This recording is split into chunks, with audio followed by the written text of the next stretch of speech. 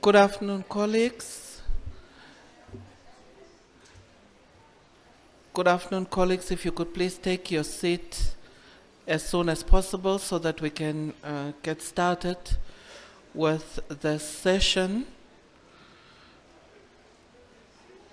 A warm welcome to this symposium on inclusive HIV prevention treatment for youth, with a focus on transgender and adolescent youth group.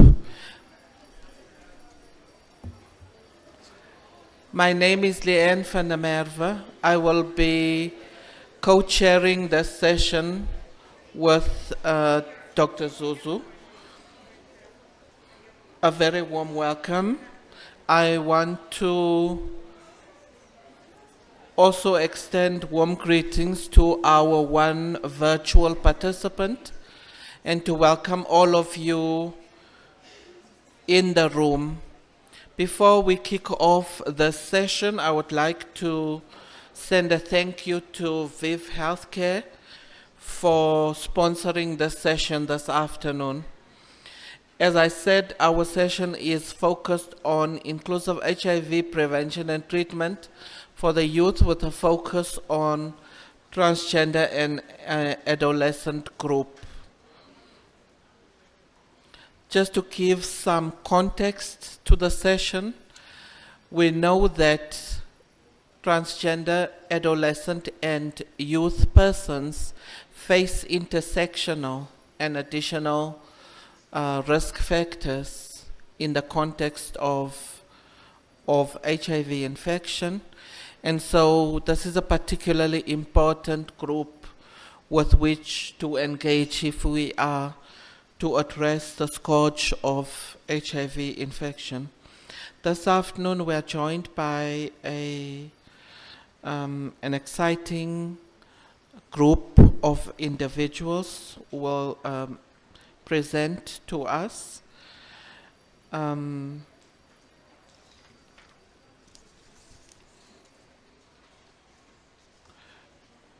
First, it is Eric Lamontagne from UNAIDS in Switzerland, who is a senior economist at UNAIDS, works on 5 topics: the economics of discrimination, inequalities and poverty, modeling and cost-benefit analysis, the integration of HIV and other health-related activities, as well as the economics of well-being and happiness.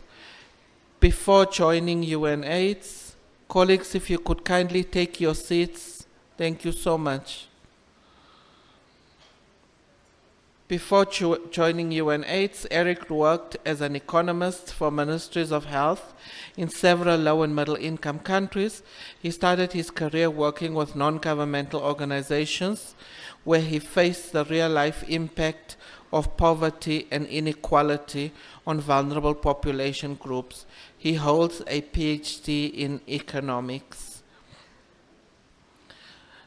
Madeleine Miller is from the Walter Sisulu University in South Africa.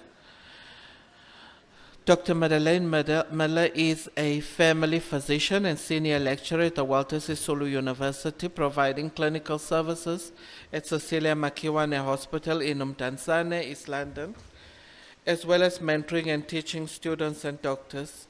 She is the convener of the CMSA Diploma in HIV Management and is involved in the development of curriculum, training, and continuing professional development for rural doctors and the Diploma in HIV Management candidates.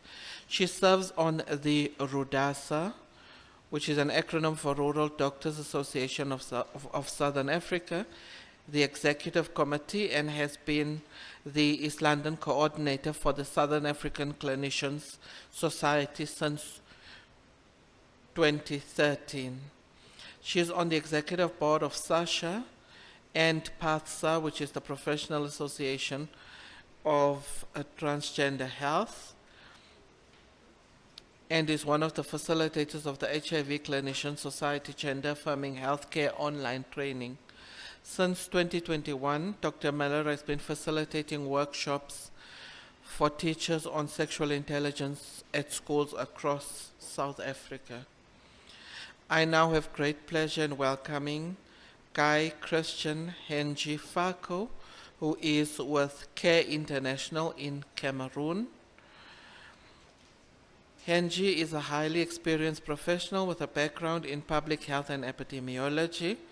As an HIV prevention technical advisor for the CHILL project at the Care and Health Program, Henji leads the coordination and implementation of HIV prevention activities. His role involves developing strategies, guidelines, and educational materials while ensuring compliance with relevant standards and regulations. Henji holds a master's degree in public health with a focus on epidemiology from the Catholic University of Central Africa, as well as a master's degree in animal biology with a specialization in parasitology. He is also certified in various public health interventions and infection prevention and control. With his extensive experience and dedication to public health, Henji is a valuable asset in the field of epidemiology and healthcare program management, contributing to positive health outcomes in his community and beyond. With that, I welcome all the panelists and my co-facilitator. I'm handing over to Dr. Zuzu at this point. So it's my honor to be able to introduce the co-facilitator for this afternoon. I was actually wondering, Leanne, I was like, are you going to read out your bio yourself? Yeah, so we're really privileged to have Ms. Leanne van der Meer with us this afternoon, a self-identified colored transgender woman from rural South Africa. She founded the Social Health and Empowerment Feminist Collective in response to the lack of visibility and leadership of transgender women on the African continent. This organization has been in operation for the last 13 years, supporting capacity for transgender women on the continent with a focus on the development of trans-firm leadership. Thank you for that work. Leanne's work is widely recognized by the WHO as well as the United Nations through her global advocacy. Her work focuses on addressing socioeconomic, political, and cultural determinants of health for sexual and gender minorities. She has for many years called for the colonial approaches to doing development work, including peer-reviewed publication. As a researcher, she is co-PI as well as co-investigator in transgender-led studies at the Bochelova Trans, did I say that correctly? Good. And TMAP study, amongst others. She has an extensive academic career, holds a postgraduate diploma and master's degree in public health, and she is now a PhD candidate at the University of KwaZulu-Natal. Wishing you the best for that. I could never do a PhD. Leanne is the first ever openly transgender woman to be appointed as the National Commissioner in the South African Commission for Gender Equality. So with that, I'm going to hand over to Leanne to, I guess, officially ask our first presenter who's joining us virtually to start his presentation. Thank you very much, Dr. Zuzu. Again, welcome everyone. I am now handing to Eric, whose presentation is pre-recorded, but I just wanted to check. Eric is also joining us virtually, yeah? No? Okay. Thank you.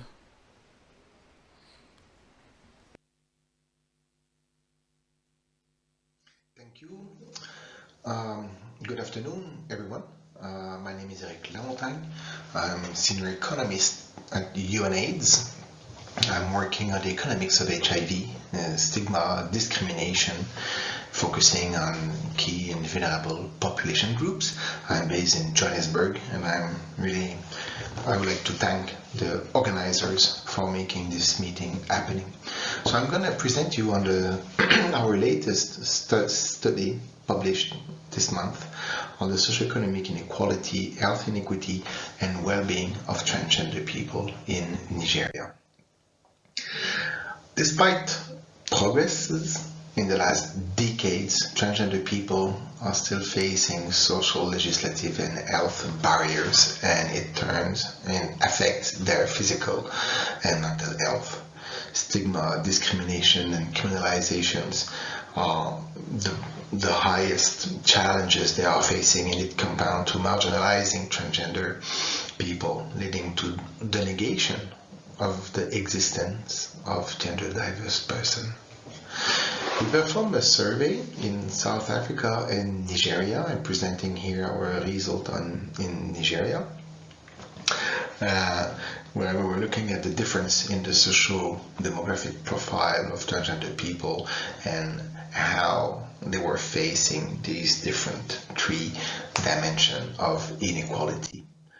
So HIV disproportionately impacts transgender people, and in this study we refer to health inequity to describe an unfair, unjust, biased distribution of resources or services.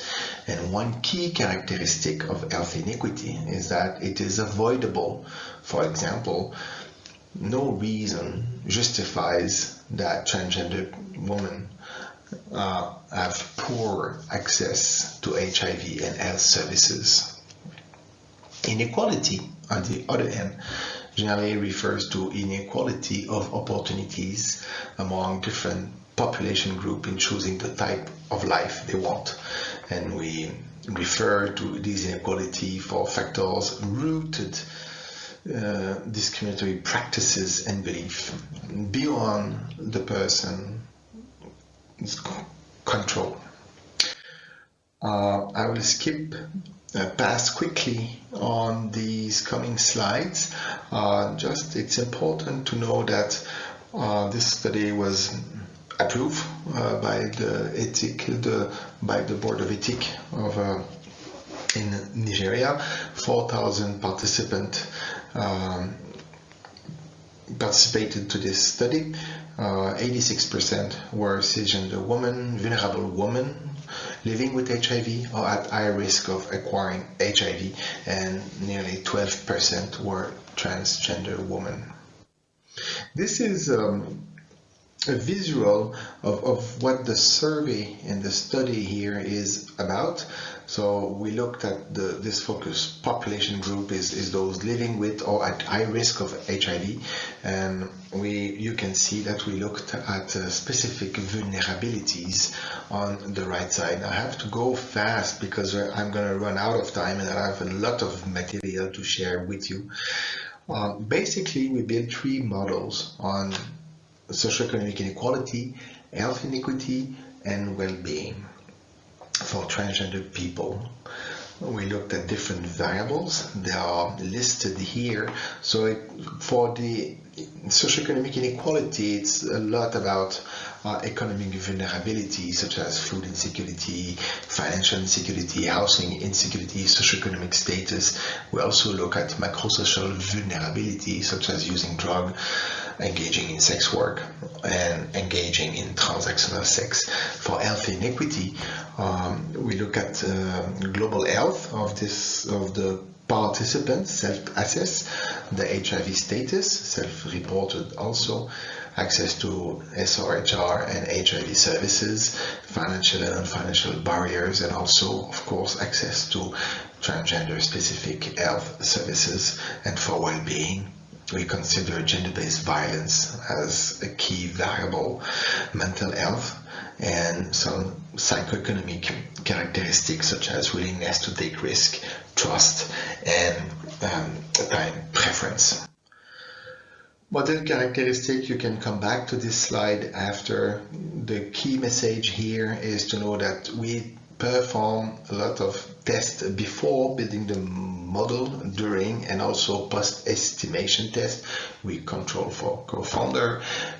We also check for interaction between variables and so on. So, result, 3 slides. On the socioeconomic inequality, transgender people are more likely to live in the lower socioeconomic tertile. They are less likely to face food insecurity, but more likely to face housing insecurity compared to cisgender vulnerable women.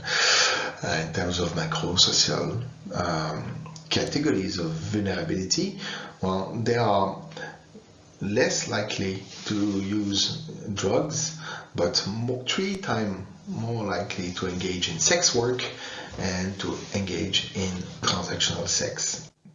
In terms of health inequity, a third of transgender people surveyed had challenges accessing gender affirmative treatment and were more likely to have difficulties accessing HIV services. They have higher odds, that said, of reporting good health compared to vulnerable cisgender women. They have and they are more likely to have a recent HIV test compared to vulnerable HIV cisgender women. We found no differences in the odds of disrupted access to sexual and reproductive health services between transgender women and cisgender vulnerable women.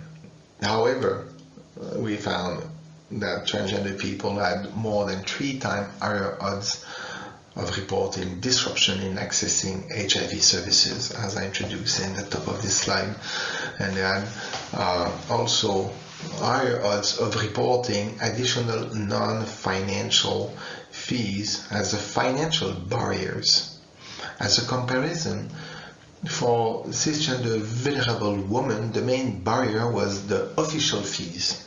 So this is a key difference, and they were also, in terms of non-financial barrier, more likely to identify disclosure of their gender identity or their sexual orientation as the main non-financial barrier in accessing health services. In terms of mental well-being, transgender people are almost 3 times more likely of being survivors of gender-based violence compared to vulnerable cis women. They have also higher odds of facing anxiety and depression compared to women, and they have higher odds to take risk, to trust in other people, and to lower, and they also have a lower time preference. This last point is important. What it means is that transgender were more likely than vulnerable cisgender women to discount future outcomes when comparing them with more immediate outcomes. This matters because several other studies demonstrated the relationship between time preference and health risk behavior and preventive health behavior, including HIV ones. So to conclude, this study brings to light new dimensions of vulnerability of transgender people in a highly stigmatizing sub-Saharan country such as Nigeria. Our findings emphasize how the absence of basic human rights and being outlawed affect access to health and health outcomes in transgender people. There's a possibility that the increased vulnerability induced by COVID-19 will turn into long-term health consequences that could jeopardize the achievement of the SDGs. CSOs, national authorities, donors should take stock of these new evidence and implement interventions that address socioeconomic inequality, health inequity, and well-being of transgender people, and it includes introducing procedures and legislations that protect transgender people from discrimination and violence, including in healthcare facilities. The study is available on this link in the middle of the page. I want to take this opportunity to thank the civil society organizations and the community-based organizations who made this survey possible, particularly that it was during the time of COVID crisis and the lockdown. Thank you very much for your patience.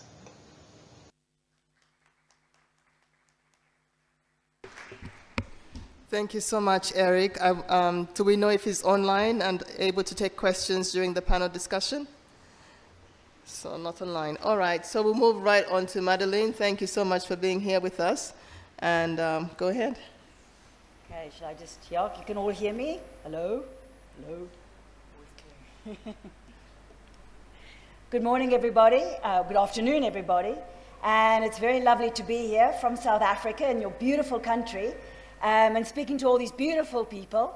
And today I'm speaking about the elephant in HIV care. So that is that big important issue that everybody's trying to ignore. And I'm hoping to bring that very firmly into the room today. And we're very privileged that they've made time to have this panel here as part of this symposium.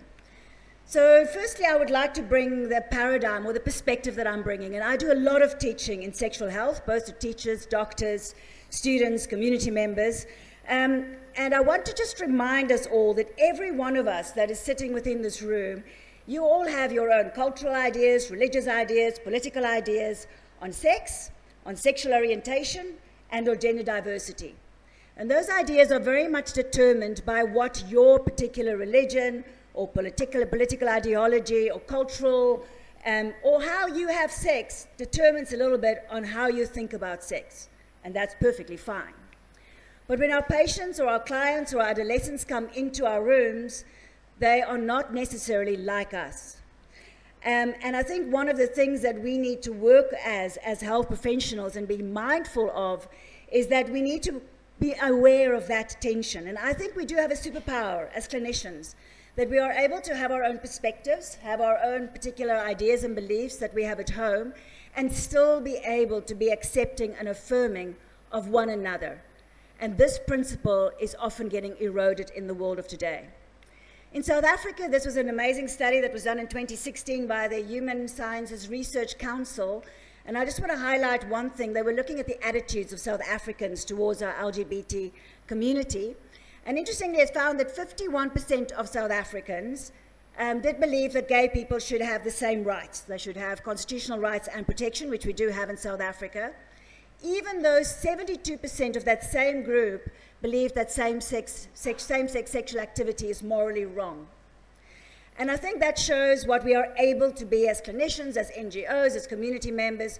We are able to bridge that gap between this is where I'm at, and yet I'm providing services to a community. And I would like us to be mindful of that as we go through some of the things that we've been doing in South Africa.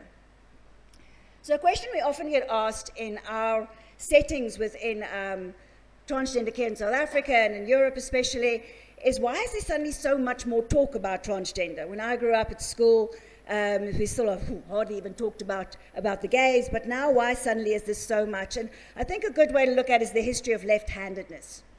Right, so in 1939, only 2.1% of the population was left-handed, because in those days, being left-handed was not cool. There was a whole range of educational things that was done to make sure you were not going to write with your left hand. Then, of course, the neurologists and the neuroscientists and the psychologists discovered, no, well, actually, it's damaging to try and force people to write with their right hand if they've been neurally wired to write with their left hand. And so the science changed, and by 1972, we now know that about 12 to 14% of the population is left-handed. And we'll see a similar thing with trans. So in those countries where it's accepted, we now see a larger percentage of people presenting as transgender, and that's a pretty set percentage across the board. In countries, obviously, where it's illegal or where it's still frowned upon, you will have much lower rates. So one of the things that's happened in the science and in medical science is our understanding of why some people are transgender has really transformed in the last 10, 20 years. And we now understand how the brain gets wired before you are even born. In the first trimester, as you know, your testes and your ovaries and all your bits gets made. And in the second trimester, we have the neural networks gets laid down of your prefrontal cortex. So this is the part of you that your personality, your identity all lies within this higher part of your brain.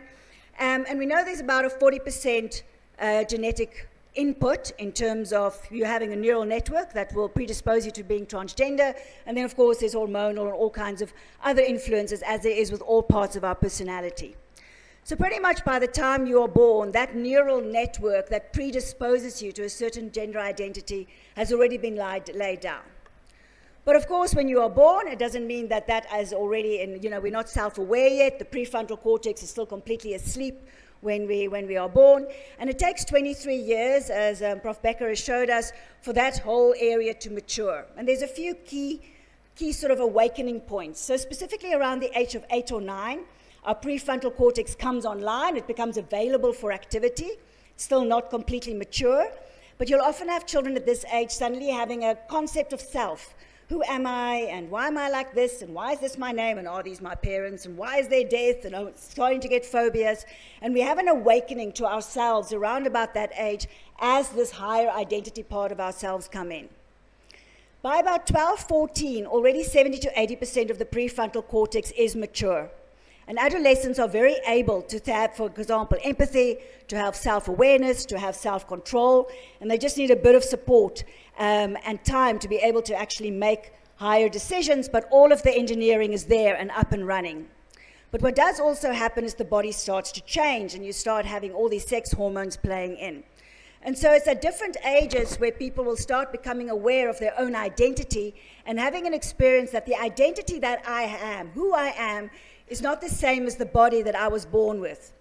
So transgender, for those of you who are still a little bit vague on the terminology, if somebody was, for example, assigned female at birth, that's what the midwife said, it's a girl, but they identify as male. In their identity, when they look and understand and how they think about themselves, they know that they are male. And so we don't see actually adults suddenly coming out and saying, oh, I was cisgender, now I'm transgender. Adults who present as transgender or come out as transgender will often tell that they've always known something was different, but they didn't have a name to give it, because this is something that is biologically ingrained. So as medical science, we've had to take responsibility for this, and as we have done with homosexuality, we've had to depathologize a lot of what we've been doing in the past. So typically in human society, if we are uncomfortable or fearful of something, it becomes a moral thing. You're not allowed to do it. Then we make it a crime, put it in our law system, and then we put it in the medical textbooks, and it becomes a disorder. And so we have progressively been taking it out of all the textbooks. So for example, in 2013, we took it out of the DSM-5, where it used to be called gender identification disorder. In 2018, it's been taken out of the International Classification of Disease. Look how recent that is, right? And then importantly, the WHO Assembly on the 25th May of 2019 actually made as a health scientific community, made very clear that being trans or gender diverse does not mean to suffer a mental disorder, and we understand this as part of gender diversity. Just as we have a whole range of different races, we also have a whole range of different sexual orientations and gender diversity. So this brings us a little bit to what we had to do with that as medical doctors. So one of the challenges which Eric has highlighted is that we have noticed that we have these very vulnerable populations that have much higher rates of HIV than other populations. So we're sort of winning the fight with HIV, and we're managing to address all our different risk factors, but then we have particular key populations, of which adolescents are one. And then if you intersect that, for example, with men who have sex with men or sex workers or transgender, then those risks become very, very much higher. And so we had in South Africa a specific national strategic plan that said by 2022, we need to have plans in place on how we're going to address these issues. So the HIV Clinician Society specifically took on the issue of how are we going to help our transgender population. And what we looked at in the evidence is why has transgender people got such higher risks of HIV? And Eric alluded to that, because it's clear it's not really about sexual behavior. They're not sexually very different from cisgender people. The biggest reason why we see such high risk is because they do not access care. They do not come for HIV testing, they do not come for contraception, they do not come for condoms, they do not come after they've been assaulted, they do not come for their mental health problems. And with some of the big studies that was done in KZN, we found that the biggest issue was the attitudes of healthcare workers. So because of the way people were treated when they came to the clinics and how they were treated within their communities, they were not accessing care. And so in 2021, in response to this, in October, this guideline was released in South Africa, the Southern African HIV Clinician Society Gender Affirming Healthcare Guideline. And it looked particularly at the evidence, and it saw that if we provide gender affirmation, and I'll talk about the whole broad range of gender affirmation, we can actually really improve outcomes for TGD clients, and there's a lot of evidence on that. And we also know that if we do not affirm them, if we do not look after them, then they actually can be very damaging and harmful to our patients. And so they created this amazing evidence-based guideline. And what's extraordinary about this guideline is the amount of people who get involved. It wasn't just a couple of specialists who sat down and wrote a guideline. They really involved a whole range of different NGOs, organizations, activists, transgender people to actually be involved in creating this extraordinary guideline. And one of the reasons why you can see it's extraordinary is the whole first chapter looks at values that underpin these guidelines. And the most important value there, and for me this is a value that we should have as a communities, is that of affirmation. Affirmation is being able to look at the person in front of you, whether it's your client, your patient, a community member, and to accept and affirm them for who they are, no matter how different they are from yourself. And I think if we lived like that as a community, we would be a slightly better world.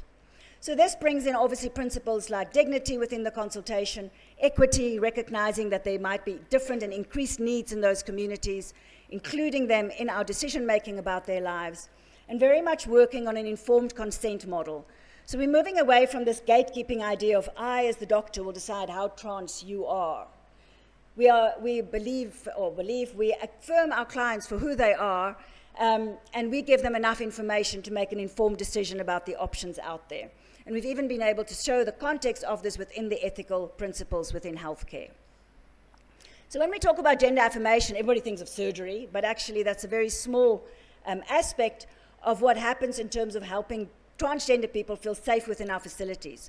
And in the context here, and in the context where you might not have access, for example, to hormones, social affirmation is probably the most important thing you can start doing from tomorrow in your own facilities. Social affirmation is being able to say, I will use your correct name, I will use your correct pronouns, I will make an effort to create an environment in my clinic that is friendly and safe to you.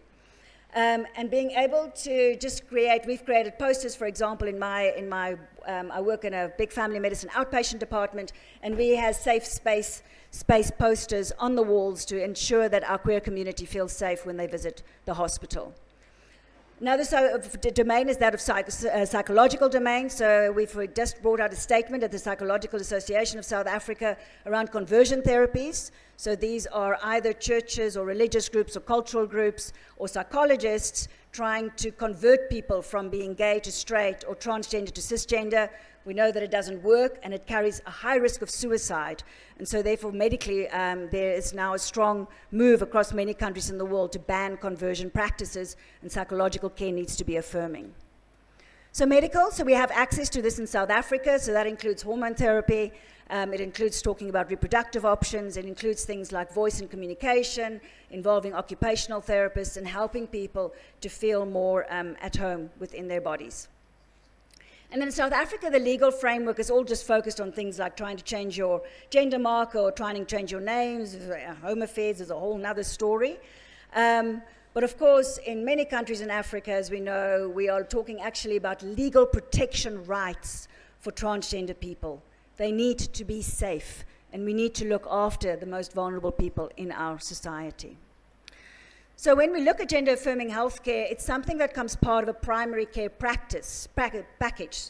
So it's actually provided by the primary healthcare physician in the clinic or in the community. It's actually hormone therapy is available in our essential medical list in South Africa, still under the tertiary EML. We're busy working getting it into the primary healthcare EML. But part of that is having nurses that then provides a comprehensive primary care package. If there's a problem, we can refer, for example, to an endocrinologist, and our physicians in our area is still there as our specialist backup, although hormone therapy, I must say, is very safe and effective. It's like prescribing contraception. It's a bit of a non-issue. But with adolescent care, we do like to involve the specialist team. So with adolescents, most adolescents, transgender adolescents, the most important thing they need is social affirmation. So that is step number one, and that's something that we can do in every single facility that we're at. In terms of accessing hormones and puberty blockers, it's always one of those very emotional issues when people discuss transgender rights. But when you look at the child in front of you, it's very much a multidisciplinary team that works with that child and the family over a period of time to figure out what's best for this child. And some of these transgender children are little, scared, vulnerable kids with high anxiety, high levels of depression, extreme self-harm, high risk of suicide, extremely gender dysphoric, and our priority is doing what is best for that child. And that happens as part of an informed consent process. So part of the package then that gets provided within the primary health care, so we then provide gender-affirming health care, either social or even if you have your hormone therapy. When the child comes in, that gives us the possibility to then provide pre-exposure prophylaxis, do our HIV testing, talk about STIs, talk about condom use, talk about fertility and contraception as is appropriate. And then very importantly with our transgender children, they have much higher risk, as Eric was highlighting. And please note, this risk is not inherently because they're transgender. These are risks created by the challenges that we have due to stigmatization. So screening for violence, there's a higher risk of them having gender-based violence, there's a higher risk of mental health problems, and there's a higher risk of substance abuse, and we need to look at that and create services for that. So as a last little plea, on the top there, you'll see those two kids there are my two children, the eldest one in the front there, and my youngest in the back. So my youngest child, when he was 12 years old, was diagnosed with type 1 diabetes. It's a bit like HIV. It's a complicated disease. If I had to choose between HIV and diabetes for my kid, I'll choose HIV any day. We're on 5 injections a day, plus massive no carbs. Try and do that at your next birthday party. And so we went through a couple of years where he was going through puberty, and it was really rough medically. You have a lot of doctor appointments, and you have to interact with a lot of healthcare clinicians. At about 2 years after that, my eldest came out as non-binary, and my boy came out as trans boy not long after that. And we had this challenge of finding our doctor. It wasn't just about somebody that knew about diabetes. I needed to find somebody that would love and affirm my child. So I feel very strongly about this. And how do we create safe spaces for these children so that we can also look after their normal medical needs and not just in terms of these key populations? That code there is a little YouTube video for people who's got family members that are trans or wants to know more about it. Thank you very much.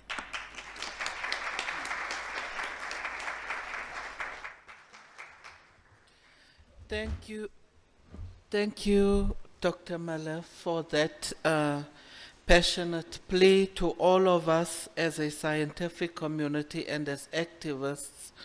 It is indeed heartfelt. And this shows the power of that advocacy of having people on the inside. We've come a long ways from the days when a doctor asked me to be his special case for presentation to the faculty when I was searching access for care 100 years ago. So thank you for creating that space. And with that said, I'm going to call on our last presenter. Henji, if you could please take the platform. Thank you. Okay. Thank you. Sorry, English is not my first language. I will try to do my best.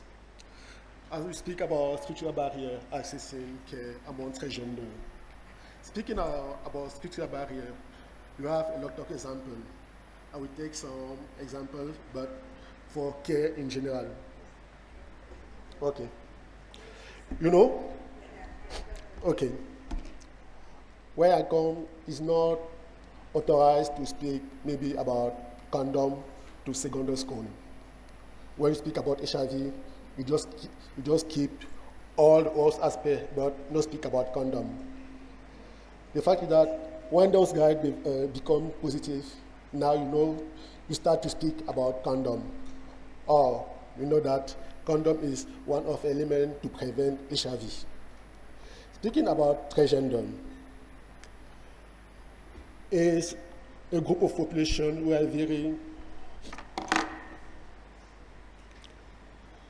are difficult to reach, and through some example of activity you are made on the field, you are show how structural barrier influence those activities. Data are very few in our country. We have IBBS done in 2018, who give me some data, and we show that the prevalence was 27%.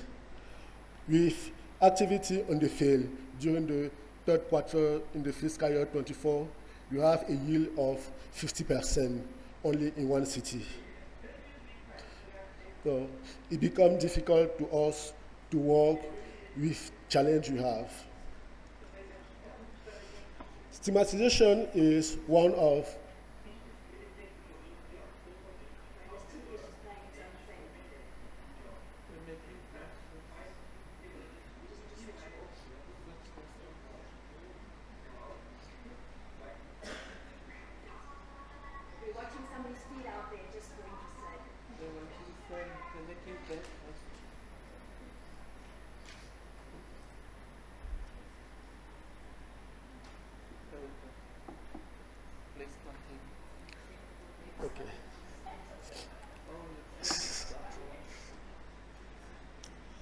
Okay, we are saying that stigmatization is of one element who impact our activity. We have stigmatization in the health facility where healthcare provider do not accept to give services to transgender. It's true that we have some who have confidence, who came and give the service, but it's difficult. Also, in the key population, stigmatization are also, transgender are also victims of stigmatization of other key population like MSM. The question is that in the field, it's difficult to mix some activity with transgender of men who have sex with men.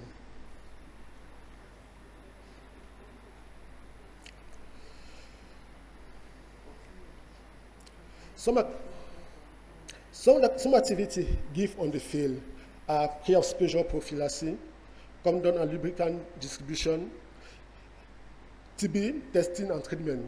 Speaking about pre-exposure prophylaxis, guideline in Cameroon does not include transgender on pre-exposure prophylaxis.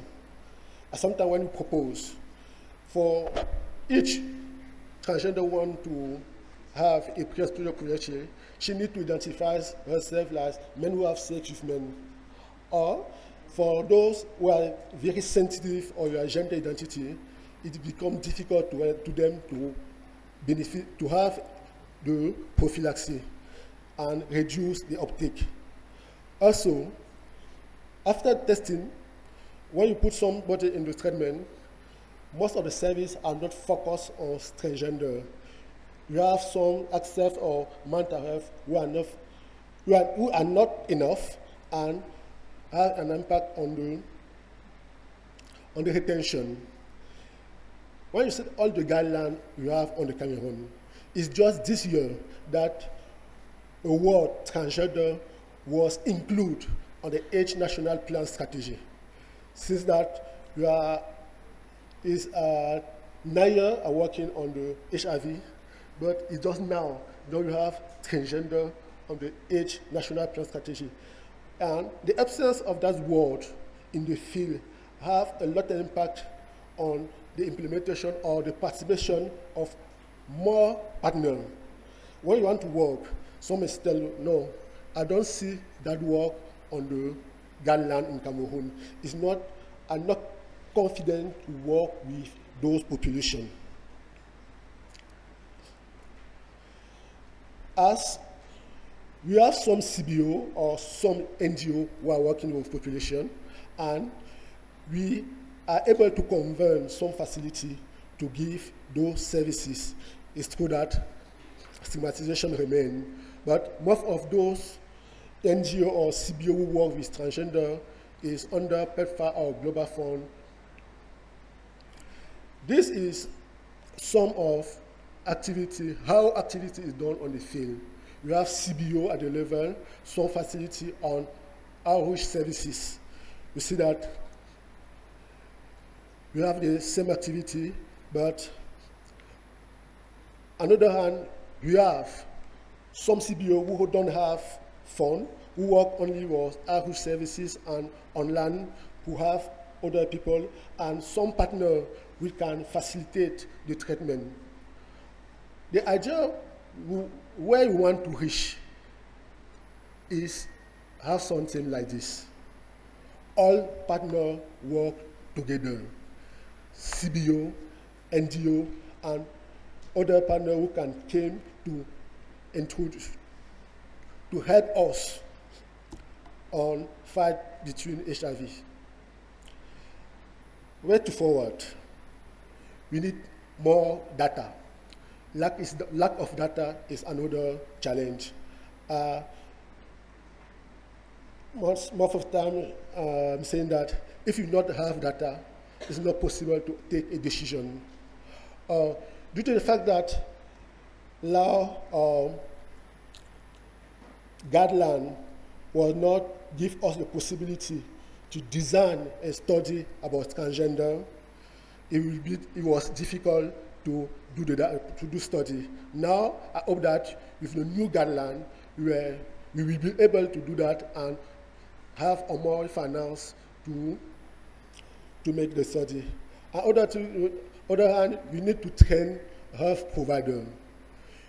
We have a challenge that we have few health facilities who agree to work with transgender, but some who agree to be trained are very few, or most of the time, maybe after 2-3 years, they have changed the city. If we are able to train more health providers, I think we have an advantage about transgender issue. Also, find a plan how to mitigate stigmatization. It's not easy, but compare what you see about female sex workers and men who have sex with men. Stigmatization among transgender is very high and difficult to work in the field. Also, about hormone use. Due to the fact that you are not have a legislation about hormone use, some of the beneficiaries go through the pharmacy and have what they can and use and say not in the right way. Sometimes it is called difficult to have a severe damage who are after they become irreversible. That is, other hand, we need to work on it and put in place a harm reduction to use of that hormone therapy. Thank you.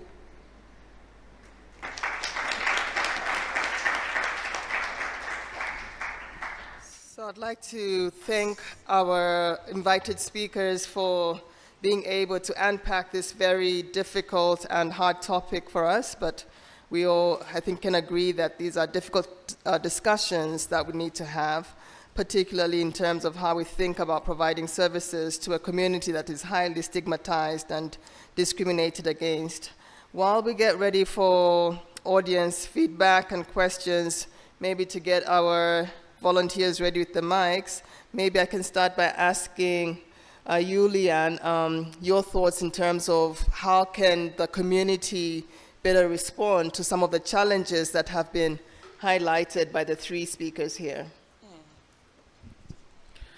Thank you so much, Dr. Zuzu. I think the first and I think very critical point to make is that research tends to be seen as the ogre that lives in the mountain. And so it is seen as an elite concept or an exclusive concept.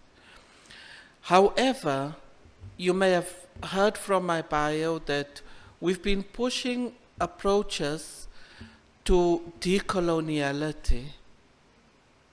We can no longer have, and I say this with a lot of love, the Johns Hopkins coming to do studies on Africa and not with Africa. I'll make a specific example. Anybody from Johns Hopkins, I love you. So I see my colleague is giving me the side eye. Colleagues, let us look at decolonial ways of doing research with and not on communities. I'll give an example. The HSRC did the first ever HIV prevalence study on South Africa because even for us, Henji, when we looked at HIV prevalence among trans women in South Africa, for many years we had to extract data from MSM samples. And as community, we really pushed at every space that we go to, including the time when, in the first Dr. Becker 2012 strategic plan, and it's very recent, when trans people had been mentioned, listen very careful, mentioned as a key population with no program. So if you're mentioning me, what does that mean, right? And so community had a very incredibly powerful role in pushing that prevalence study. But when the principal investigators came to us to say, we envision on doing the study on transgender women, we said, first think about the angle of language justice. Because if you're coming here to do research on us, we have nothing to say to you. But this is what you can do. 1, 60% of the recruiters will be trans-identified. We are not negotiating on that.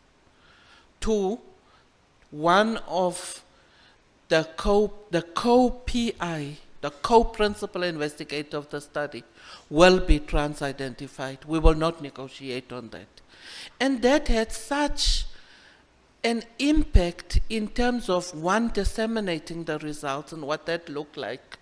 2, the kind of methodology that we had to use, because we also happened to learn from that, and this is a critical finding, that in MSM studies, what is this referral net? What is this methodology used?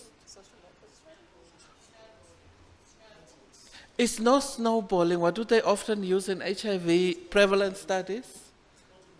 Yes, RDS. RDS does not work. While it works wonderfully with MSM, it's not the same with transgender community, because as two communities, we face very different determinants. And so you have to have a modified version, at least, of RDS. That was a very important finding and methodological implication very early in the study. And those things, colleagues, are all community-driven.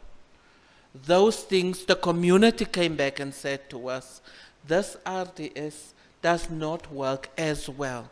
And that is the power of community. Thank you. So, colleagues, I'm happy that Eric is available to us online. Hello and welcome. We see you and hopefully we'll be able to hear you. So if we can have questions to the point, so we have more of a discussion. So going with number 3 first, and then, do I see something in the back? Okay. Just want to celebrate a wonderful session, so thank you to the organizers for putting it together. Leanne, hear you loud and clear. Thanks to all of you. I wanted to, on the one end, I absolutely agree, it's calling out the you know, the community and making sure that they have their space. But on the other end of the scale, you haven't commented about this, maybe it's directly to Madeleine. What about surgery? I mean, here on this continent, where are we with that, and just what is the status quo? More questions? So, yes, please, let's have 2 more questions, and then she can respond very quickly, because I see quite a lot of hands. All right, thank you so much. Once again, I'm Ishmael Piri from Malawi. Mine is not actually a question, but I just wanted to comment on the presentations that have been made concerning the transgenders. We are here for the HIV and Adolescence 2023 conference, and we are very proud for the tremendous work that we have done, the efforts in responding to HIV issues. And I just wanted to remind you all that for the past years, we never had such conversations and discussions. And by then, HIV was at its highest peak. Now, I just want to remind you all that if we are to achieve 100% of HIV testing, 100% of people living with HIV enrolled on ART, and also 100% of virus suppression, why the exceptional? People are transgender people, the queer people, LGBTI community, they are the communities. They are the people. They need the services. I'm saying this because myself, I'm a queer person. I think yesterday when I came, Team Malawi arrived, everyone was looking, wow, who is this person? Is he a he or a she?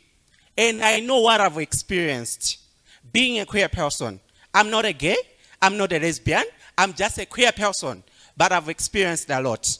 I've been denied social participation, I've been denied a lot of services just because of my appearance.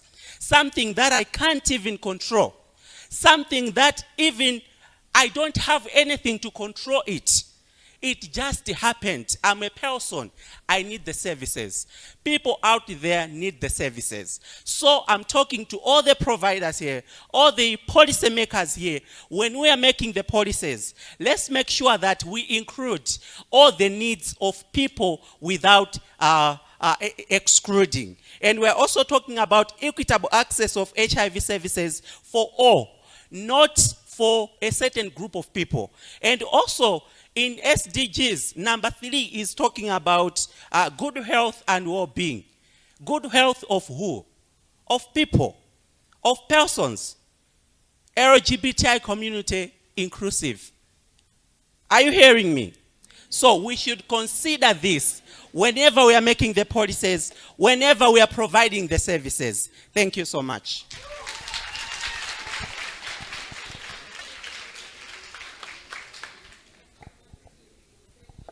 And a recommendation in terms of how we need to change ourselves. So number 2, go ahead. Okay, good afternoon. I think someone there said this is a very difficult topic to talk about. And for me, I heard someone spoke about how we need a legal framework, but I wanted to find out where the perspective of culture and constitutions come in, because when we're talking about these things, I don't want to speak about my country, but yeah. So how can we ensure that culture, because in the African perspective and context, where we are coming from, there was no such thing. So how do we ensure that culture and our constitutions are not used to segregate these particular type of individuals we're talking about? Thank you. Take Linda Gale Baker's question. It was surgery to you, so you can do that, and then... So I can't obviously talk too much about the rest of Africa, but I'll talk about South Africa, which I assume is ahead of the curve in terms of the rest of the country. So firstly, just to say that every trans person is different and has different needs in terms of affirmation. So this idea that just because you're trans, it is all about wanting to have surgery, every person has their own package of needs and what kind of surgery they need. So that's important to understand. But what's happening at the moment in the public sector, it's all depending on certain departments taking it on. So, for example, in Cape Town at Groote Schuur Hospital for the public sector, there are 4 lists a year where they do gender-affirming surgery. And so that means there's about a 20 to 25-year waiting list. The plastic surgeon in Mthatha is getting quite excited about setting something up in Mthatha. So it's depending on enthusiastic and keen surgeons who's willing to take that on and build that into the public sector. So no, basically there's very little access. In the private sector, there has been some precedent with some trans people being able to get their gender-affirming surgery on some of the posher medical aid schemes. But also it's not all of the medical aids, but that's slowly busy being negotiated, and the more trans people are applying, getting motivations, the more that will slowly become more and more accessible. But yes, at the moment, access is still a major issue. Our battle at the moment is just the hormone access, both in private and public sector, and that's not because of the hormones. The hormones themselves are cheap, easy, and it's all about training of healthcare workers. So we're doing a lot of focus on the healthcare workers. I'll do one small comment about the culture issue in terms of, I think culture is an evolving thing. And I think being able to embrace how we work with culture, to be able to say, culture isn't fixed. What we call culture now, or what we call religion now, even that over the last 100 years has had to transform, for example, in its attitudes of how women function in society. So I think there is the possibility of how we look with culture and religion, and I think what we've been working with is not trying to get people to say, okay, you have to believe something different or think something different, but how do we create real diversity and inclusivity regardless of differences? And for me, that has got more possibility of how do we build inclusive societies rather than trying to change people's minds or ideas in terms of their culture or morality. But I want to tell one quick little story here of in our culture, in our area as well, culturally within the Xhosa tradition, it's also transgender is still very much not accepted and not affirmed. And it was a scenario of a family where the child was a little trans girl at 16, was in a private school in East London, and actually not affirmed by the family. And the family was just dismissive. It's a phase, it's ridiculous, this is not the way we do things in our culture. And this child committed suicide by drinking battery acid. And the reason why I tell this is the extraordinary regret of the mother later not having understood the implications of not affirming. So we're not asking people to say, hold on, you have to change overnight, but parents need to understand, communities need to understand the implications of not affirming people for who they are. It carries extraordinary risk and suffering. But I'll hand over about the legal frameworks too. So maybe, Guy, do you want to talk quickly about culture as well? Or the legal framework? Where are you coming from? Okay. Speaking about culture or legal framework, when I start to work, I have the same thinking like you. But what I saw in the field, it brings me think differently. Why? Sometimes I think that the problem is other, it's not mine. But when you try to visit the family, go to the friend, you see that in my family, in my friend, you have a transgender, you have men who have sex with men. Like at the moment, what are you doing? Are you rejecting it? I think no. Speaking about the health, even if you are a prisoner, you need health. I think it's the same thing of transgender or other group. We need to work to be sure that each person have a health and a good health. So we take another round of questions. I know we're running short of time. Will you give us 5 minutes? Okay, thank you. Anything from the back, or we're going to the front here, number 3? I just also wanted to comment, Professor Becker, about there's a very interesting association that exists between HIV care and, affirmation, including surgery. And there are two interesting ongoing clinical control trials, one in Peru, with preliminary results showing that when folks have had access to care, including a comprehensive package of surgery, they are able to better take care of themselves. Because, and psychologically that makes sense, because I'm aligned, I feel affirmed. I no longer feel alien in my body. And so as a result of that, I may take better care of myself. So we're waiting for more data to come from those two clinical control trial sites. On the issue of culture, I think as a general rule in life, let's all promote the culture of I am because you are. Culture is a person-made concept, and because it's person-made, we can shift it. There are many cultures that we've shifted over the years. We've seen human rights taking center stage in culture. I work around the concepts of harmful traditional practices within my work. At the CGE, we constantly try to transform cultures. And the underlying principle of it being that culture is person-made. And for as long as it's person-made, it is possible to transform. All right, so have a quick response from Eric, who's online, and maybe Karen, you can let me know if we have any other comments or anything from participants online, and then we'll take 3 quick questions, number 3, number 2, and up front, and then we'll be closing the session. Eric? Yes, thank you. And again, thanks to the organizers. I wish I could be joining you physically. You have a colleague of mine, Marietta, who's in the room with you. So don't hesitate to come to her if more questions. In fact, I'm not going to bring the point about surgery because it was really well covered, both from a human perspective as from a service perspective being offered or not enough offered. The South African example is quite straightforward. I'm speaking to you from Johannesburg, so this is why it speaks to me a lot.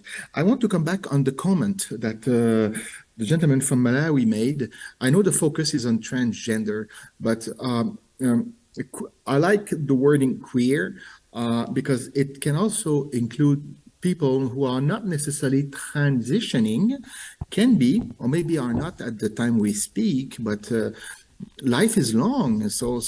And this is an important aspect. And I would like to say, I agree with you. We have many other studies, one of them which is being published as we speak, in addition to the one I presented. And we highlighted that for HIV, queer, questioning, and bisexual people are under the radar. Okay, so they are the most exposed for HIV because they believe they are not gay, they are not trans.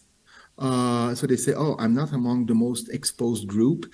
So they are testing much less programs and communities like the transgender communities I'm working with here in South Africa and in Nigeria. It's a group that is bond together. Same with MSM gays, mainly gays.